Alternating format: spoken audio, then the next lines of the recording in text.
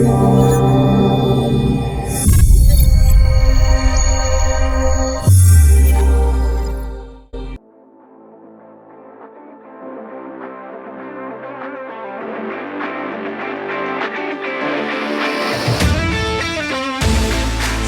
fans, wherever you may be, welcome back for another edition of the Seahawks Playbook Podcast. Join your host, Bill Alvstad, and co-host, sports writer and football analyst Keith Myers as we talk Seahawks football.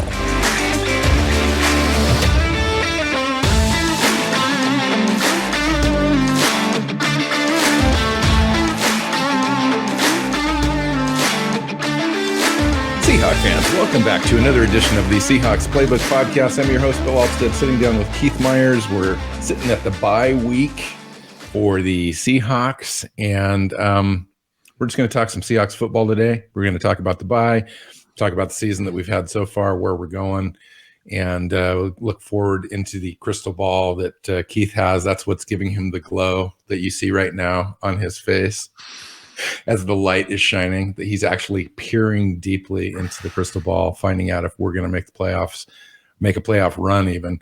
Yeah. How you doing, man? I'm doing good. We're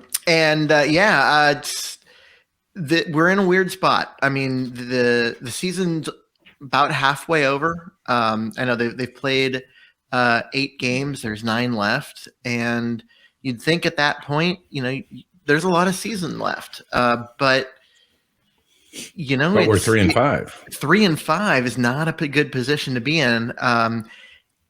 But then I start thinking back to previous years. Like, okay, when it was a 16-game schedule, if you were at 500 at the halfway point, you were sitting good. So they're 1 game behind that, and I'm like, okay. And that one game would probably give us a whole other vibe, I think, maybe. Well, and yeah, they're 1 game behind that. But can they make that 1 game up between here and the end?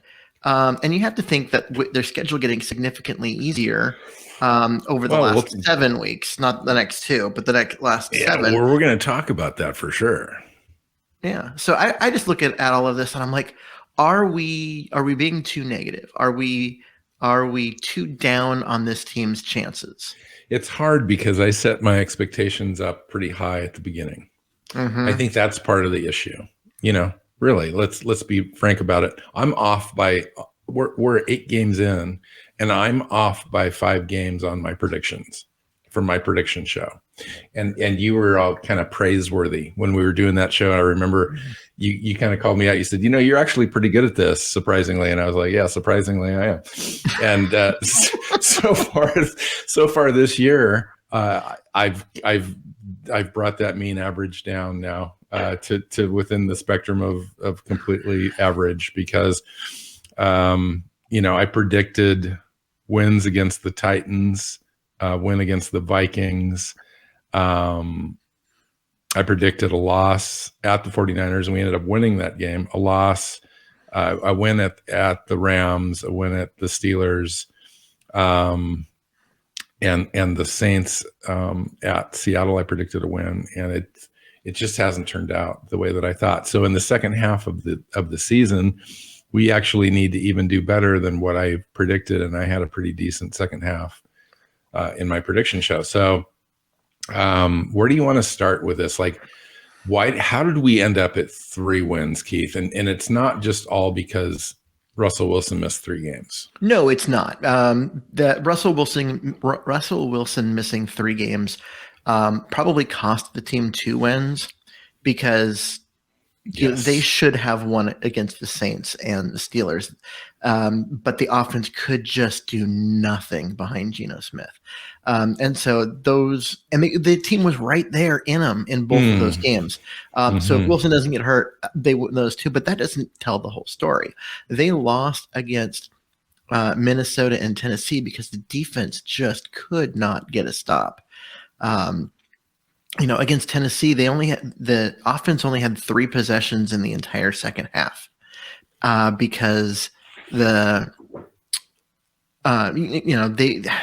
defense just gave up like a 9-minute drive, and then an 8-minute drive, and then a 6-minute drive, and then the half was over. And all 3 of those drives went for touchdowns, and you're not going to win games if your defense is making your offense wait like an hour between possessions. Well, and the time of possession in the first half of the season has just been completely lopsided in the favor of all of our opponents. We kind of cleared that up this last game, but take that with a grain of salt. It's the Jaguars. So, all right. So we had a standout performance against the Jaguars. We did okay against the Colts. And the win at the 49ers was, I'll take it because it's at the 49ers. So given the first half, I mean, how would you grade? Oh, it's pretty bad. Either position groups or just offense, defense, special teams, and coaching. Let's just do 4 grades. I mean, okay, so the offense with Russell Wilson was pretty good. I mean, you look at the points that they put up, 28, 30, pretty much every week, right? It was a right. So it was. They were hit and miss though. I mean, they did go quarters or halves without really producing, and then they just really kind of poured it on. So it was inconsistent. Statistically, but the EPA really averages and so forth was a top 5 defense in the NFL, and the yards per play was number 1.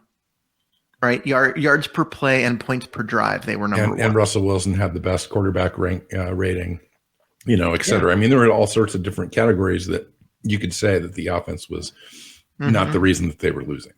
Yeah, the points, 28, 30, 17, 28. Okay, so what's the first half of the season grade for the offense when you take into account Geno Smith also coming in? So if you take into account Geno Smith coming in when they just could not do anything against a bad, the Steelers are a bad offense, but the team couldn't do anything, so they ended up losing that game. And the Seahawks defense played really well, but the offense to me had 1 play that went for big yards and a touchdown, and the rest of the game they did nothing. I think overall, it's like an A or an A- with Wilson, and it's at best a C with Geno. Yeah, you got to take that Saints game though with a grain of salt too, because the Saints defense is actually really, really good, really solid.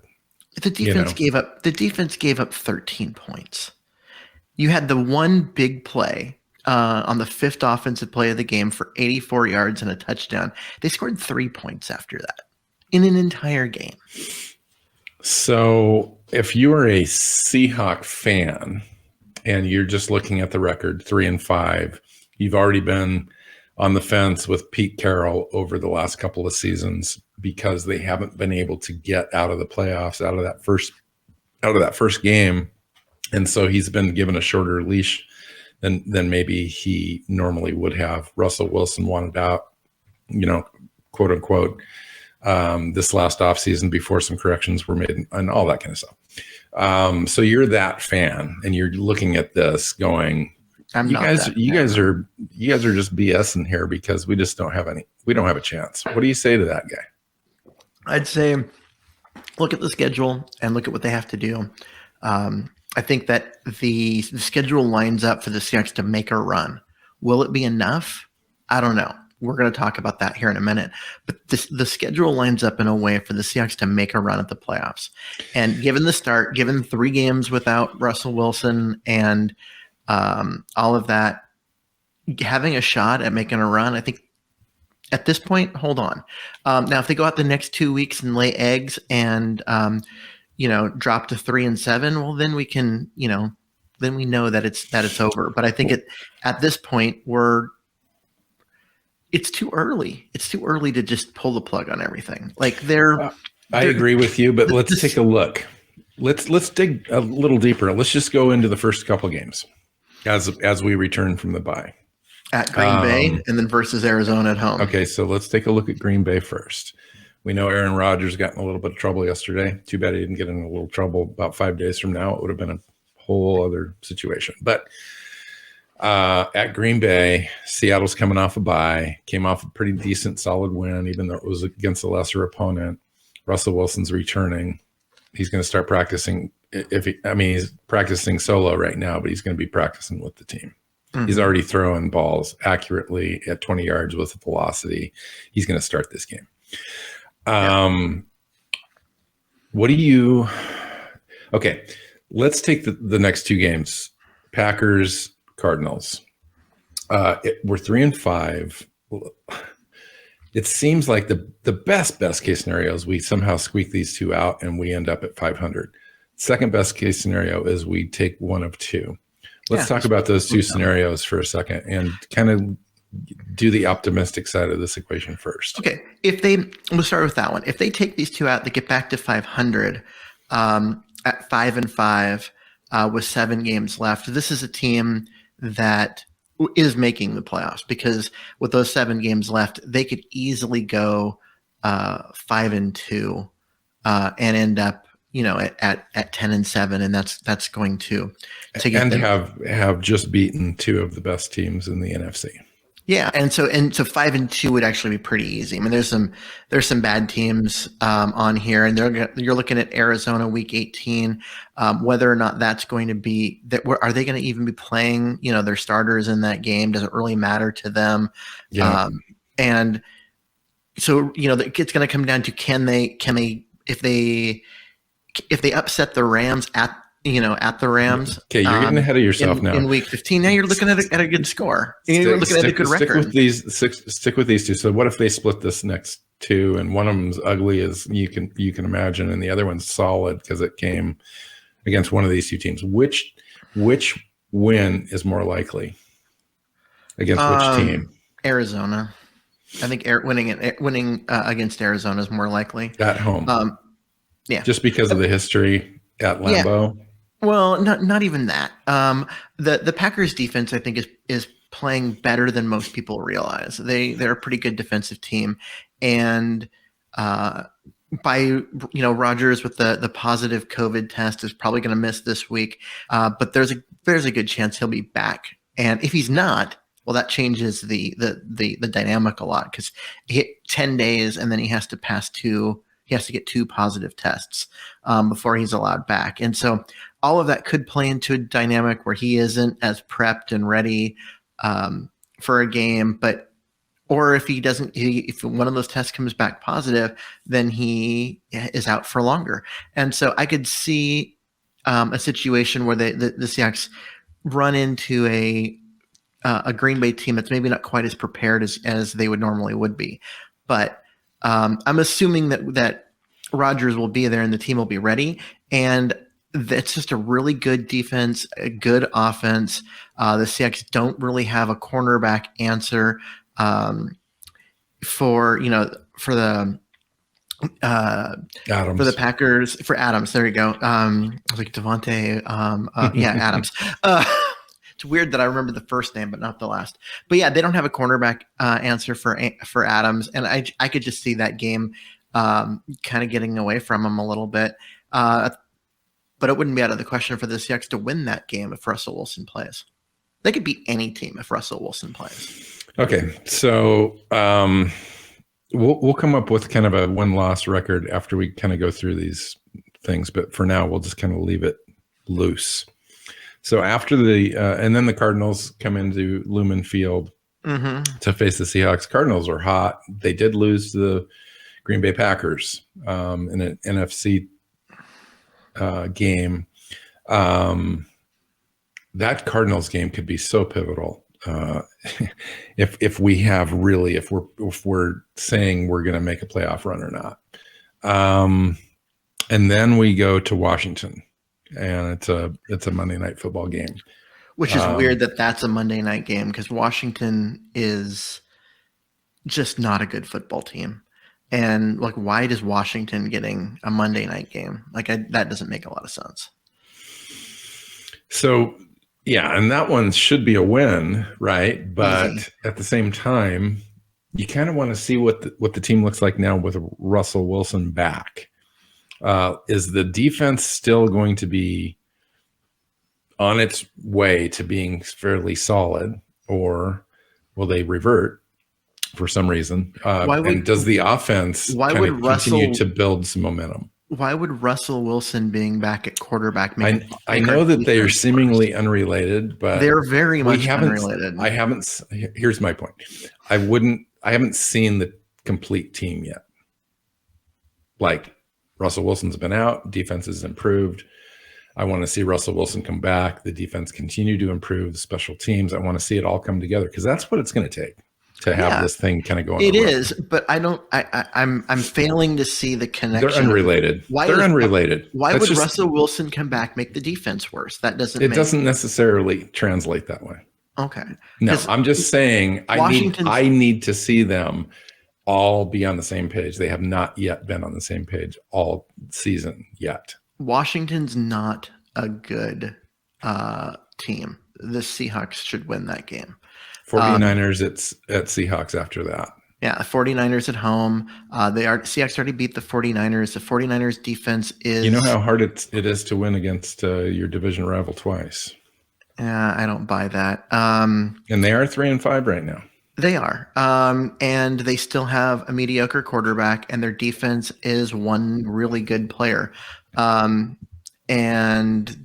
they're not playing great defense, and they have a mediocre quarterback. The San Francisco 49ers had a chance to have a really good year, but their defense did not live up to its hype, and Jimmy Garoppolo has not progressed at all. And the team hasn't been willing to make the transition to the rookie, and take their lumps early so that he can be better late. Ultimately, this is going to end up as a lost season for them. So this is where things get really interesting for me, because now we face the third team in a row that's weak. Seahawks at Texans. Now, if we happen to go get that Packers game and we get by the Cardinals, and then we face those 3 weak teams in a row, that puts us 3 games over 500. And we're squarely in the conversation about not only making the playoffs, but what kind of position are we going to be in? What team are we going to face? All those sorts of conversations start to happen. And it becomes a much more substantial conversation about Seattle possibly winning a game. So at the Texans, I'm just going to say that that's going to be a win. Texans have a bad team, similar in quality to the Jaguars. Yeah. And then probably the game of the year out of the remaining schedule, Seahawks at Rams. Now, this is a game that you could afford to lose if you win those 5 games that we just talked about. If we lost against the Packers and the Cardinals, this game becomes instrumental. If you lose both the Packers and the Cardinals, they must win out after that, because that will put you at 7 losses, and you've got to get to 10-7. Don't expect even with 7 teams in the playoffs. Yeah, don't expect 9-8 to get you in. You need to get to 10-7. And so if they lose these next 2 and they sit at 3-7, they have to win out to make the playoffs. There's just too many teams above them, too many teams that are going to get there, because there's so many bad teams that aren't going to win. So if we split the Packers and Cardinals, we could afford to lose this, but this would be the one. Yeah. After the Rams, it's the Bears at the Seahawks. We need to be able to take care of business there. It's another 3-win team. Yeah, the Bears are a bad team. After that's Detroit, who's a really bad team. And both those are at home. So, and then finally week 18 at the Cardinals. Yeah, so let's talk about that game, because it could really all come down to that. Now, if Seahawks drop 1 game, possibly 2, that win out, we're at 10 wins if we win this game. If we do not win this game, we could be at 9 and out. So this could be a very, very, very important game for the Seahawks. Absolutely. Conversely, the Cardinals could be sitting their most important players, and the Seahawks could have an opportunity to coast in there and get a win on the road at the end of the season. Yeah, playing so against it could work. It could work in Seattle's favor. I'm actually going to go to that game. So that'll be fun to have a meaningful game, and it's the 8th of January this year, the last game of the year. So, all right, we've kind of set this thing up in a way that we're going to either have 1, 2, or 3 losses. 3 losses is the worst case scenario. Maybe 4. 4 more losses, we're done.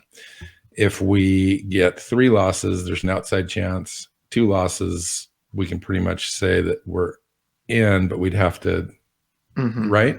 Yeah. And then, if they get if they get 3 more losses, I don't think they make it. Yes, At there's 9, they'd be at 9 wins. they'd be 9-8. So is there a chance a 9-8 could get you in? Yes, except for the fact that the teams that they're going to be competing with for that spot hold tiebreakers over Seattle. So I think 9-8. There's other teams though that don't. 9-8 would put you out of the playoffs if you're Seattle. I think you've got to get to 10 wins if you want to make it. So, that means you can lose 2 more games. That's You've got the Seahawks and you've got the Cardinals and the Packers 1-2 right now. Yep. And man, if you want to have any room, any room at all after those 2 games, you got to get 1. Yeah, because if you lose both those, it's over. You lose both those, the momentum is gone. Russell Wilson came back and lost 2 games, and we're sitting at 3-7. Yeah, it's just so uphill from there. It just is, because you have to run the table after that. And we've lost, and you pointed this out last week. We've lost to the best quality opponents that the NFC can throw our way, and we haven't got a single one of them at that point. Yeah, so there's even if you do make a run, or somehow the rest of the NFC falls apart and 9 wins get you in, no one's expecting you to do anything. Every time you've played a good team, you've lost. And so that it just, I don't know, that you're not doing much when you get there. So the Seahawks have to take one of these next 2. I really think you have to, in order to give yourself a shot. You posed the question to me in a text before we started. You said, I don't want to know if we can make a playoff run. I want to know if we will make a playoff run. Yeah. Let's talk about that. Let's kind of lay it out there and say, will they make this run? Or are you confident? Or is there so many questions in your mind that you can honestly say that they're not?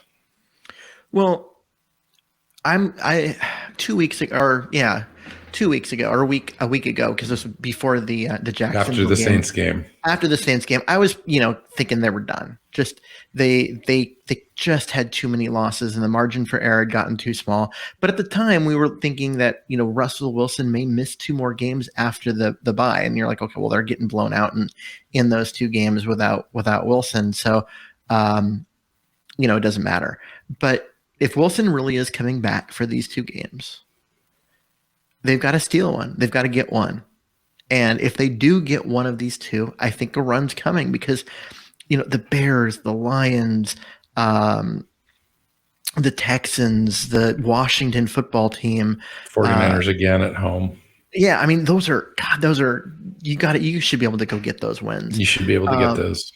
So you pick up one of these, it gets you to 4. Those are 4, more wins. That gets you to 8, and then you've got the other, a few other games that you got to just pick up one of in order to get yourself in. I just really think that they set themselves up to where they can, because their schedule is so weak. Yeah, because normally, and there are teams on this list of teams in this neighborhood, record-wise at this point. A lot of 3-win teams out there. Seattle's the best of the bunch. You look at that grouping, and it's just like, if there's any one team that's going to rise up and be able to make a run, it's going to be Seattle. Okay. Yeah. The first. So you're looking at the standings on NFL.com, and just flip it over to the conference standings. And I go, this isn't with playoffs, but the Seahawks sit with only 4 teams below them. There's the 0-8 Lions, 2-6 Washington football team and Giants, and the Bears at 3-5. And then above them would be the Eagles, Falcons, 49ers, and Vikings, all with 3 wins. The Panthers with 4, the Saints with 5. Why are the 49ers ahead of Seattle if we've head-to-head beat them already? Because the Seahawks are 3-5 and the 49ers are 3-4. Oh, gotcha. So they've got that they've already had their bye, so they've got 1 less loss in there. So that's where that comes from. So what you're saying is there's a chance. So we've been saying this for a while, and quite frank, and fans, you're just going to either have to get on board or you're off, because I know it's 3 wins. It's a struggling year. It's a struggling team. We lost our quarterback for a while. You guys don't like Pete Carroll. There's going to be that, and that's just the way it is. For everyone else, don't get discouraged, because 3 wins, yes, that speaks to a really marginal, less than average, less than 500 team so far. But as Keith indicated, we've had a tough schedule so far. Lost our quarterback. Things really didn't kind of come together on the defense early enough. Just timing wise, we played some teams that were really hard when we played them, et cetera. The next 2 games are so crucial to me, because it sets them up to be completely limping. And even if they win out, if they drop the next 2, it's just going to be so difficult.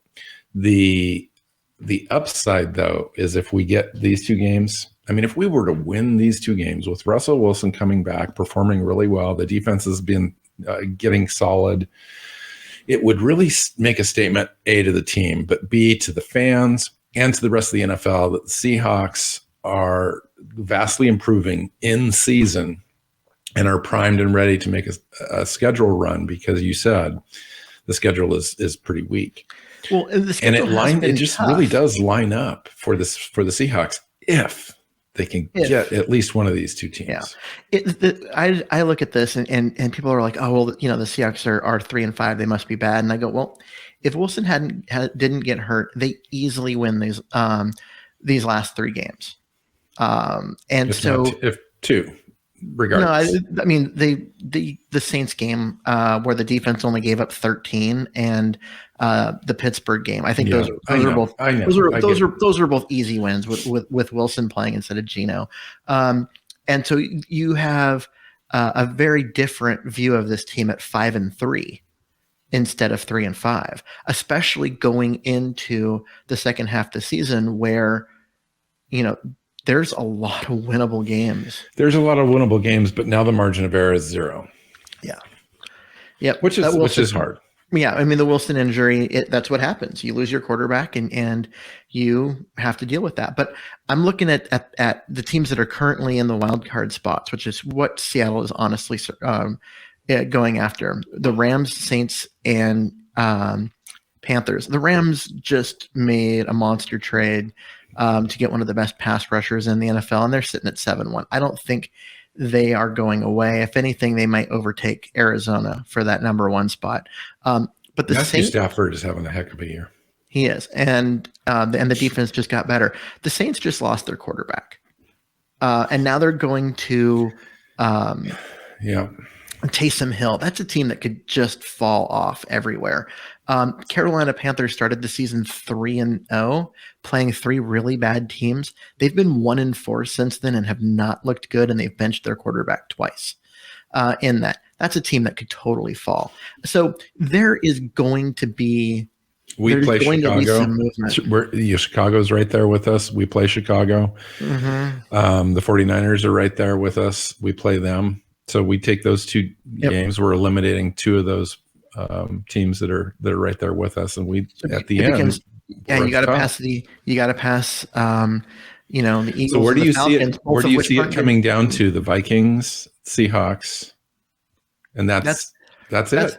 Yeah. So the Rams are either the Rams or Cardinals is one of them's going to win the West, and the other one's going to be a wild card team. It comes down to me with the Saints, because I think if the Saints can win a few games and hold on to that wild card spot, it makes it tougher for the Seahawks, because that leaves the one spot, the 7 spot, and the Seahawks have to get a full game ahead of the Vikings, which is possible given our run that we might go on. And the Vikings are only 3-4. The Seahawks are 3-5. I mean, they have the same number of wins at this point. And so we'll see what happens this week, with the Vikings playing the Ravens. If the Vikings lose this week, then the teams will have the same record going into the second half of the year. So given the Seahawks schedule, they could easily pull a game ahead of the Vikings. And really that's, to me, what it comes down to. If they've got to get ahead of them. Answer the question on the screen. Will the Seahawks make the playoffs at the bye week prediction? Oh, given everything that we just talked about? Will they make the playoffs? If Russell Wilson is truly ready to play, I think they do. You got to watch out. I mean, that guy is possessed about getting past this and willing his team to victory. I think if Russell Wilson is truly healthy and is back and able to play, I say yes, they make the playoffs. They may make it as the 7 seed and have to go on the road versus the Rams or the Cardinals or Green Bay in the first round of the playoffs. But I do think they make it, and they make it scary for other teams. Yeah, they're a team that no one will want to play. So let's say they get in with 11 wins. 11 wins. I know it's unlikely, but let's just say they do. Okay. Let's say they get past the wild card game. For whatever reason, they do. If they get to 11 how does wins, it change the dynamic of what this team is facing right now, which is a lot of question marks? People have been questioning Jody Allen, whether she's strong enough to make the changes necessary in the offseason. I think. What about Pete Carroll? Spending too much time on Twitter with that. I know, but the offensive coordinator, the Russell Wilson equation, Pete Carroll equation, John Schneider, there's a lot of stuff going on. And you say what you want about this, how the season went and all that kind of stuff. Nonetheless, we fell down in the number of victories that we got. Pete Carroll's a year older. The defense limped along when we really needed them right out of the gate, and kind of just came along in the last few weeks. So what does that do to like Ken Norton Jr. in the offseason? Are there any change when you get to that point, 11 wins, and you're in the playoffs? Maybe you take a game. Are there any changes on the horizon? I mean, the changes on the horizon will be the roster, especially the defensive side of the roster, needs to get younger and faster and hungrier. There's too many old guys making a lot of money that aren't being productive. And that's got to change. And so I think that's what you're going to see. You might see a Ken Norton Jr. change because of how bad the defense was at times the last 2 years. But I don't know. I do think that the questions of Jody Allen and should Pete Carroll be gone and all of that, that's a Seahawks Twitter thing. And Seahawks Twitter does not represent reality. To me, none of that is like, it's not real. The Seahawks are the second winningest franchise since Pete Carroll joined the team. And he rebuilt the team the first time, got him to a Super Bowl, had to go through a mini rebuild without missing the play, or after they missed the playoffs once, but then they started a mini rebuild. They haven't missed the playoffs since. Now they've got a year in which they lose their quarterback for a chunk of the season. If they continue to go through and they make the playoffs again, like what are people asking for? Is if it's Super Bowl or bust, they're going to learn. They're going to be nothing but disappointment for the most of their lives. This has been that is true. Because only one team makes the Super Bowl or wins the Super Bowl each year. So this has been an incredible run of winning and just being a really good football team. And that's not just an off year. One off year in which your quarterback gets hurt is not going to lead to major changes. And Seahawks Twitter is not representative of where the fan base is. They really aren't. I honestly believe that. No, I agree. I agree. I just think that I think that the whole, questioning Jody Allen and all of that, I think is nonsense. Cool. Do you want to finish up with anything else, or you want to get out of here? No, let's get out of here. We got a week off. No weekend game. Go have fun with your family. I hope you get out and enjoy that a little bit. It's fall weather up there in the Pacific Northwest. Pouring down rain, and I'll find a way to get into it anyway. It is blue sky and about 84 degrees here with no wind. It's just Bill. Absolutely gorgeous. I'm looking at a palm tree right now out my window. You just want me to hate you, don't you? Yeah. If I could pick up my camera and turn no, it's cool. But it is stereotypical Pacific Northwest weather this week. It's cold, wet, rainy, windy, fall. Yeah, the upper airstream is just pointed directly at you, basically. Yeah, and so that's next 3 months. Yep. It's very stereotypical Pacific Northwest up here. And you know what? I don't mind it. Like, I know some people are like, oh, it's so cray. I grew up here. This is all I know. I'm all for it. So I'm actually going out after work today. And I'm wearing this shirt, and I'm going to go sit outside on a patio somewhere until probably 9:00 at night and still be in this shirt and be plenty warm. Sipping a beer in your honor, Keith. Do it. All right. Find Keith on Twitter at Myers NFL. I'm at NW Seahawk. The show is at Hawks Playbook on Twitter. SeahawksPlaybook.com has all of the shows, everything else. Find us on your favorite podcast app and subscribe, as well as YouTube. And please go out there, subscribe, listen, watch, tell your friends and family. So until next time, go Hawks. Go Hawks. Seahawks Playbook Podcast listeners, thanks for joining us for another edition of the show. You can find us on Twitter. Bill is at NW Seahawk, Keith is at Myers NFL, and the show is at Hawks Playbook. You can listen and subscribe to the show at SeahawksPlaybook.com.